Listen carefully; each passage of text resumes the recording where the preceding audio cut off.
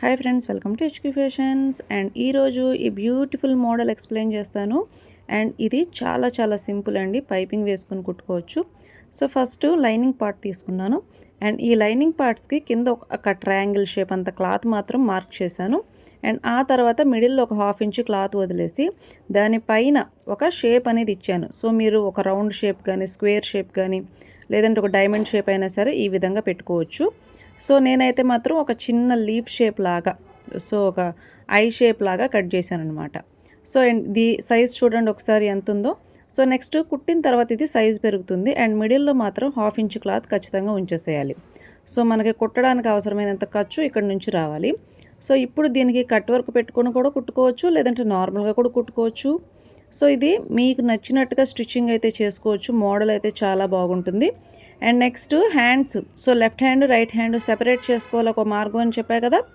So left hand right hand separate చేసేసిన తర్వాత outline stitching అనేది చేయాలి. సో ఇక్కడ అవుట్లైన్ స్టిచ్చింగ్ చెప్పడం అనేది చాలా చాలా ఇంపార్టెంట్. ఇక్కడ అవుట్లైన్ వేసుకునేటప్పుడు కూడా చిన్న చిన్న టెక్నిక్స్ అనేవి ఉంటాయి. సో అవుట్లైన్ స్టిచ్చింగ్లో ఏముండదు, లైనింగ్ ఎలా పడితే ఎలా కుట్టుకోవచ్చు అని మాత్రం ఎప్పుడు కూడా అనుకోకండి. సో ఇక్కడ ఈ రౌండ్ షేప్ నుంచి ఈ లీఫ్ షేప్కి ఇటువైపు రావాలి.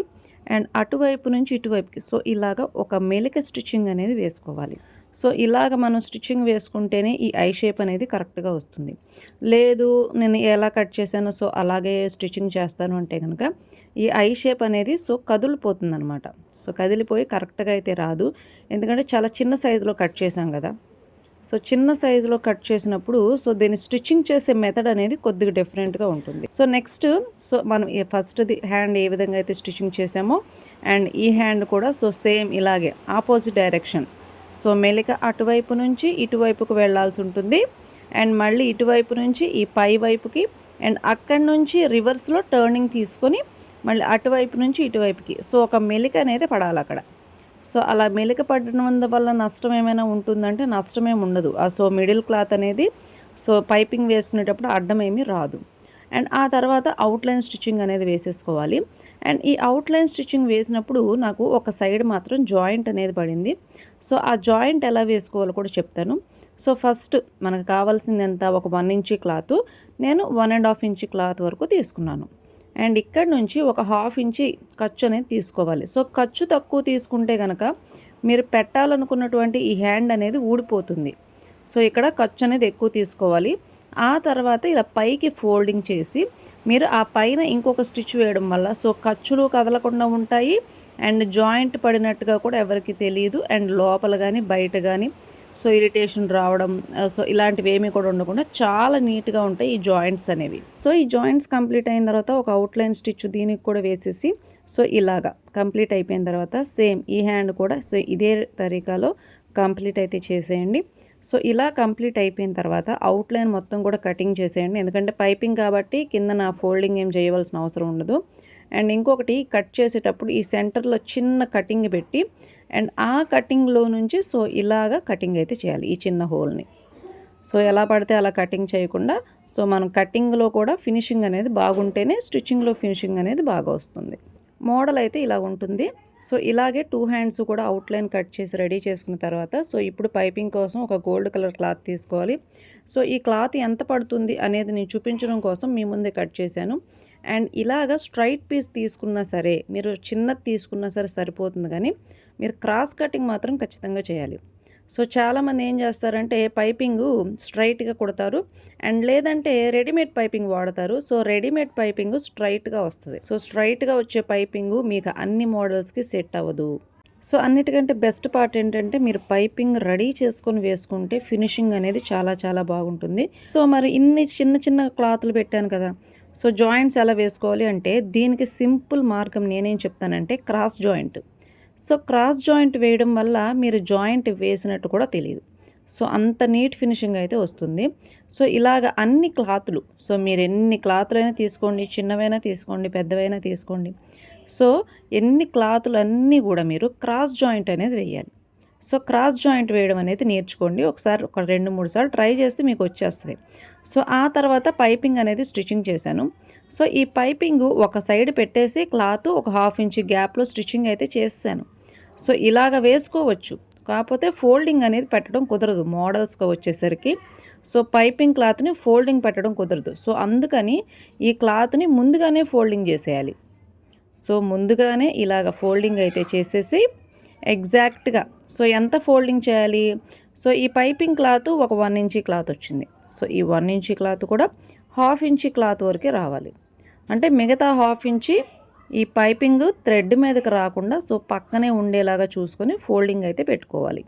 ఇలా ఫోల్డింగ్ చేసిన తర్వాత అక్కడక్కడ మనం చిన్న చిన్న జాయింట్స్ వేసాం కదా, సో ఆ జాయింట్స్ దగ్గర ఎక్స్ట్రా క్లాత్ లేకుండా కట్ చేసేసి నీట్ ఫినిషింగ్ వచ్చేలాగా చూసుకొని సో ఒక పైపింగ్ క్లాత్ అనేది రెడీ చేసుకున్న తర్వాత అండ్ స్టిచ్ ఎక్కడ పడాలి, పైపింగ్ పక్కనే స్టిచ్చింగ్ అయితే పడాలి. మరి మిగతా క్లాత్ అంతా కూడా లోపలికి వెళ్ళిపోతుంది, అంటే సో కిందకి వెళ్ళిపోతుంది, మెయిన్ పార్ట్ కిందకి వెళ్ళిపోతుంది. అండ్ నెక్స్ట్ సో ఖర్చు లెవెల్ ఎంత తీసుకోవాలి, ఖర్చు లెవెల్ వచ్చేసి 1/2 ఇంచీ కంటే తక్కువ, 1/4 ఇంచీ కంటే ఎక్కువ. సో ఇది గుర్తుపెట్టుకోండి ఖర్చు లెవెల్. అండ్ నెక్స్ట్ ఇలా స్టిచ్చింగ్ చేసేటప్పుడు ఇక్కడ నేను ఒక బాక్స్ డ్రా చేసి చూపిస్తాను చూడండి. సో ఇక్కడ నుంచి ఇలాగా మీరు ఏదైతే మిడిల్లో ఒక 1/2 ఇంచీ క్లాత్ వదిలేరో అక్కడ స్ట్రైట్గా పడాలి. చూడండి మన మిడిల్లో వదిలిన క్లాత్ ఇది. సో ఆ క్లాత్కి ఇక్కడ నుంచి ఇలా స్ట్రైట్గా వేసుకొని ఇక్కడ 1/4 ఇంచీ ఖర్చు రావాలి. ఓకే, సో ఇక్కడికి వచ్చేసరికి ఖర్చు అనేది మారింది, గమనించారా? సో ఈ పైన ఒక లాక్ అనేది వేసుకున్న తర్వాత అండ్ మళ్ళీ అగైన్ రివర్స్లో సో కిందకి వెళ్ళిపోవాలి. సో ఈ స్టిచ్చింగ్ నేను ఎలా చెప్తానంటే ఇగోండి ఇలా వచ్చి అండ్ స్ట్రైట్గా స్ట్రైట్గా కొట్టాలి. ఈ మిడిల్లో మాత్రం 1/2 ఇంచీ గ్యాప్ వదిలాను కదా, సో ఆ 1/2 ఇంచీ గ్యాప్ దగ్గర స్ట్రైట్గా కుట్టాలి. సో ఈ మిడిల్లో కూడా ఒక 1/2 ఇంచీ మళ్ళీ గ్యాప్. సో నేను డ్రా చేసి చూపించింది మీకు అర్థమైంది అనుకుంటున్నాను. అండ్ ఇప్పుడు సో స్టిచ్చింగ్ అనేది స్టార్ట్ చేస్తున్నాను. ఇక్కడికి వచ్చేసరికి ఖర్చు అనేది తగ్గాలి, 1/4 ఇంచీ దగ్గరికి రావాలి. సో ఇక్కడ సూదిని అడ్డం పెట్టి సో నేను టర్న్ చేస్తున్నా క్లాత్ని. సూదిని అడ్డం పెట్టడం వల్ల పైపింగ్ అనేది టైట్గా వస్తుంది. సో అలా టైట్గా వస్తేనే మనకి పర్ఫెక్షన్ వస్తుంది. అండ్ ఇలాగ మీరు ఏదైతే ఐ షేప్ కుట్టేటప్పుడు ఈ టర్నింగ్ అనేది కరెక్ట్గా పెట్టుకోవాలి. సో టర్నింగ్ లేకుండా స్ట్రైట్గా పెడితే కనుక ఐ షేప్ తిరగదు. And next piping cloth direction మార్చి ఒక లాక్ అంటే ఒక కుట్టు బయటికి ఒక కుట్టు లోపలికి. సో మీరు చక్రం తిప్పుకుంటూ ఒక కుట్టు ముందుకి ఒక కుట్టు వెనక్కి వేస్తే కనుక ఇక్కడ ఒక లాక్ అనేది పడుతుంది. ఆ తర్వాత టర్నింగ్ కిందకి తీసుకొని సో ఐ షేప్, సో మళ్ళీ ఐ షేప్ కుట్టేటప్పుడు ఈ పైపింగ్ క్లాత్ అడ్డం రాకుండా చూసుకోండి.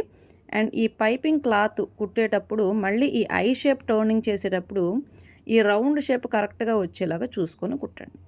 అండ్ ఇక్కడ ఎక్కడైతే ఈ ఐ షేప్ క్లోజ్ అవుతుందో అక్కడ మళ్ళీ స్ట్రైట్గా రావాలి కుట్టు. సో ఇలా స్ట్రైట్గా వచ్చిన తర్వాత మళ్ళీ ఈ కింద రౌండ్ షేప్ వచ్చేసరికి అండ్ 1/2 ఇంచీ ఖర్చు. సో 1/2 ఇంచీ కంటే తక్కువ, ఒక పాయింట్ తక్కువ ఖర్చు తీసుకోండి, 1/2 ఇంచీ మొత్తం పెట్టకండి. అండ్ నెక్స్ట్ ఇలా కంప్లీట్ అయిన తర్వాత ఎండ్కి వచ్చేసరికి మీకు ఒక మంచి ఫినిషింగ్ లుక్ అయితే వస్తుంది. సో ఇక్కడ క్లాత్ నుంచుంది, క్లాత్ సరిగ్గా రాలేదేమో అని అనుకోకుండా ఈ మిడిల్లో మనం ఏదైతే గ్యాప్ ఉంచాం కదా, సో ఆ గ్యాప్ని ఇప్పుడు కట్ చేసేయాలి. ఆ తర్వాత చిన్న చిన్న కట్ మార్కింగ్లు పెట్టుకోండి. సో ముందే కట్ చేసేసి ఇది కుట్టొచ్చు కదా అనుకుంటే కనుక ముందే కట్ చేసి కుడితే సో అది పర్ఫెక్ట్గా రాదు. సో ఈ షేప్ అనేది షేప్ అవుట్ అయిపోతుంది. సో ముందు కట్ చేయకూడదు, పైపింగ్ వేసిన తర్వాత కట్ చేయాలి. అండ్ మీరు ఎక్కడైతే లాక్ టెక్నిక్ వాడారో ఆ లాక్ టెక్నిక్ దగ్గర పైపింగ్ క్లాత్ను కూడా కట్ చేసేయాలి. సో ఇలా రెడీ అయిన తర్వాత ఈ పైన ఒక ఫినిషింగ్ స్టిచ్ లాగా వచ్చేలాగా వేసుకోవాలి. అండ్ దీంతో పాటు ఖర్చు లెవెల్స్ కరెక్ట్గా వచ్చేలేదు కూడా చూసుకోవాలి. మనం పైపింగ్ పైనుంచి వేస్తున్నాం కదా, సో ఖర్చు కరెక్ట్గా వచ్చిందా లేదా అనేది ఒకసారి చెక్ చేసుకోవాలి. ఆ తర్వాత పైపింగ్ పక్క నుంచి కుట్టు వేసుకుంటూ రావాలి. సో ఇలా కుట్టు వేసుకునేటప్పుడే పైపింగ్ క్లాత్ అనేది ఫోల్డింగ్స్ ఎక్కడెక్కడ పెట్టాలో చూసుకోండి. ఒకవేళ రౌండ్స్ తిరగలేదు, సో గోల్డ్ కలర్ క్లాత్ కాబట్టి రౌండ్ తిరగలేదు అనిపించింది అనుకోండి, సో చిన్న చిన్న కటింగ్లు ఈ పైపింగ్ క్లాత్ ఏదైతే ఉందో దాన్ని పెట్టుకోండి. సో పైపింగ్ క్లాత్ని సో ఇలా పెట్టుకొని ఎగ్జాక్ట్ ఈ షేప్ అనేది కరెక్ట్గా రావాలి. సో ఈ రౌండ్ షేప్ని ఆ రౌండ్ షేప్ కరెక్ట్గా ఇలాగ స్ట్రైట్గా పెట్టుకోకుండా రౌండ్ లాగానే ఉండేలా చూసుకోవాలి. సో మీరు ఇలా స్ట్రైట్గా లాగి కుడితే కనుక రౌండ్ షేప్ అనేది రాదు. సో ఇది గమనించాలి. సో మీరు కుట్టేటప్పుడే ఒక రౌండ్ షేప్ ఇస్తూ కుట్టాల్సి ఉంటుంది. అండ్ ఇది ఖచ్చితంగా అయితే గుర్తుపెట్టుకోండి. అండ్ నెక్స్ట్ ఇది కంప్లీట్ అయిపోయిన తర్వాత అంటే ఇప్పుడు మీరు ఇలాగే పైపింగ్ పక్క నుంచి కుట్టుకుంటూ వెళ్ళిపోతారు. సో మరి మిడిల్లో ఓపెన్ ఉందిగా, అండ్ ఒక కుట్టు సరిపోతుందా? అందుకోసమనే సో ఇలా పైపింగ్ పక్క నుంచి కుట్టు వేయడం వల్ల ఏమవుతుంది అంటే సో ఈ పైపింగ్ అంతా కూడా అణిగిపోతుంది. సో అది కదలకుండా ఉంటుంది ఆ క్లాత్ అనేది, అవునా? సో ఇప్పుడు లోపల వైపు నుంచి కుట్టు వేసుకోవాలి. అంతే తప్ప ఒక కుట్టు వేసి ఆపేయచ్చు అని అనుకోకూడదు. అండ్ నెక్స్ట్ ఇక్కడ ఫోల్డింగ్ లెవెల్ వచ్చేసి ఇలాగా. సో ఫస్ట్ పైనున్నది, తర్వాత పక్కనున్నది ఫోల్డింగ్ అయితే వేయాలి. ఈ పైన ఉన్నది ఫోల్డింగ్ వేసి ఆ తర్వాత ఈ కిందన ఉన్నటువంటి పైపింగ్ క్లాత్ పైకి ఫోల్డింగ్ పెట్టి అండ్ ఎగ్జాక్ట్గా మనం వంపులు ఎలాగైతే తిప్పామో ఆ వంపు కరెక్ట్గా వచ్చిందా లేదా అనేది చూసుకోవాలి. ఒకవేళ ఈ గోల్డ్ కలర్ క్లాత్ తిరగట్లేదు అనిపిస్తే కనుక జస్ట్ చిన్న చిన్న కటింగ్లు అయితే పెట్టండి. అండ్ ఇక్కడ మనం లాక్ వేసాం. సో ఈ లాక్ వేసిన చోట ఇలా వీ షేప్ లాగా విడిపోవాలి. అలా వీ షేప్ లాగా విడిపోతూనే సో మనకు అక్కడ పర్ఫెక్ట్గా వచ్చిందని అర్థం. అండ్ ఆ తర్వాత మళ్ళీ టర్నింగ్. సో ఎలాగైతే మనం పైకి స్టిచ్చింగ్ వేసుకుంటూ వెళ్ళాం అలాగే కిందకి స్టిచ్చింగ్ చేసుకుంటూ రావాలి. అండ్ ఇక్కడ ఫోల్డింగ్ అనేది వేయాలి.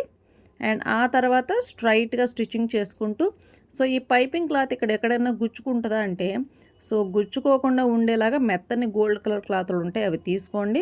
అండ్ ఆ తర్వాత సో ఇలా కంప్లీట్ అయిపోయింది, ఓకే బాగా వచ్చింది అనుకున్న తర్వాత ఈ ఓపెన్ ఏదైతే ఉందో సో దాన్ని క్లోజ్ చేసేయాలి. సో ఇలాగ ఒక రఫ్ లాగిన తర్వాత ఆ రఫ్ మీరు ఎక్కడైతే చేశారో ఆ రఫ్ చేసిన చోట మీరు ఒక బటన్ కానీ లేదంటే ఒక హ్యాంగింగ్ మోడల్ కానీ సో ఇలాగా మీకు నచ్చినట్టుగా దాన్ని డెకరేట్ చేసుకోవచ్చు. అండ్ ఇది ఎప్పటికీ కూడా ఊడిపోదు. అండ్ ఈ మోడల్ ఎలా వచ్చింది అనేది మీరు కామెంట్ సెక్షన్లో కామెంట్ చేయండి. వీడియో నచ్చితే కనుక లైక్ చేయండి. Thank you for watching.